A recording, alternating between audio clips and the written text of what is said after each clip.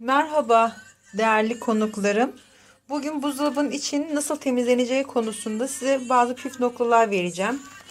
Görmek üzeresiniz ki benim dolabımın içi de biraz kirlenmiş durumda. Kesinlikle deterjanlı sabunlu su kullanmıyoruz. Ya limon suyuyla temizlik yapıyoruz veya da temiz bir bezle sadece suda ıslatılmış bir bezle silmemiz yeterli. Aksi halde çünkü dolapta değişik kokulara yol açabilir deterjan veya diğer temizlik maddeleri. Şu şekilde görüyorsunuz. Bunu alttan ve üstten silecek şekilde. Bakın. Sadece ıslak bir bezle temizlemede bayağı iş görüyor. Şu şekilde. Havlu peçete ile de kuruladıktan sonra şimdi göreceksiniz rafı. Bakın.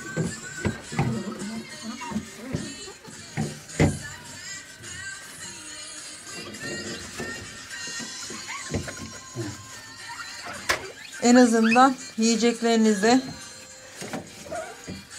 deterjan gibi kimyasal maddelerin kokusu sinmeyecektir. Gönül rahatlığıyla buzdolabının içine istediğiniz yiyecekleri koyabilirsiniz.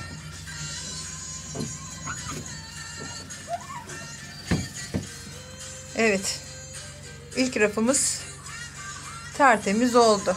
Şöyle göründüğü üzere. Her rafa aynı işlemi uygulayabilirsiniz. Şöyle üstten aşağıya doğru. Çünkü bazı kırıntılar var. Onlar aşağı doğru atabiliriz. Gördünüz mü? Hem basit ve pratik, uğraştırmıyor sizi. Önce deterjanlı su, sonra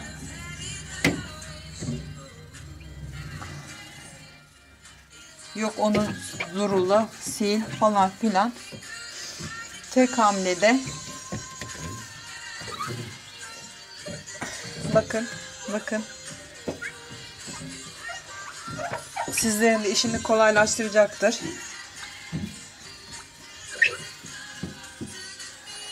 Evet.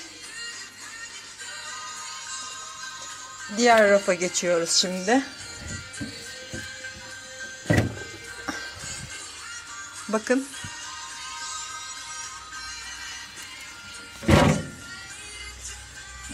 Şurada kavanozlarım kalmış. Onları alalım. Bir kazaya kurban gitmesinler.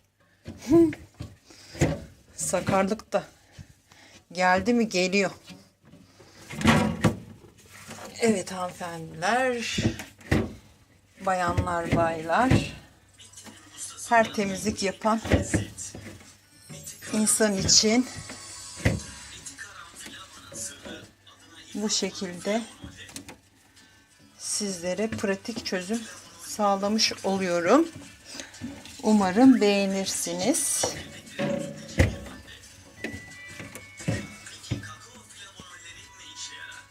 Arkadaşlarım, her kata aynı işlemi uygulayarak buzdolabını temiz hale getirmiş bulunuyorum.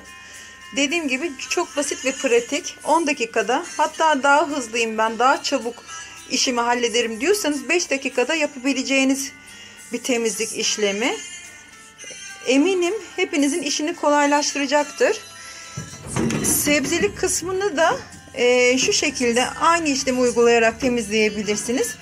Çok meyve kırıntısı yapışmış varsa, böyle çürümüş, o zaman musluğun altına götürerek ılık suyla, ama sadece ılık suyla, dediğim gibi deterjan bunun için de asla kullanmıyoruz. Aynı uyarım bu sebzelik için de geçerli. Kapak kısmını da aynı şekilde silip temizleyebiliriz. Ben şu anda kapak kısmını daha henüz silmedim. Size bir püf noktası daha söyleyeceğim. Şimdi bazen buzdolabı kapakları biliyorsunuz atıyor, yapışmıyor, tutmuyor, yani gevşek oluyor. Bunun için de şu aralar var ya, şu lastik araları. Bunu aynı şekilde bezimizle, nemli bir bezle ya da ıslak da olabilir, tamamen fark etmez. Şu şekilde aralarını komple baştan aşağıya silerek temizledikten sonra göreceksiniz ki buzdolabınızın kapağı daha sıkı tutacak. Umarım videomdan memnun kalmışsınızdır. Bir sonraki videoda görüşmek üzere. Kendinize iyi bakın. Hoşça kalın. Sağlıkla kalın.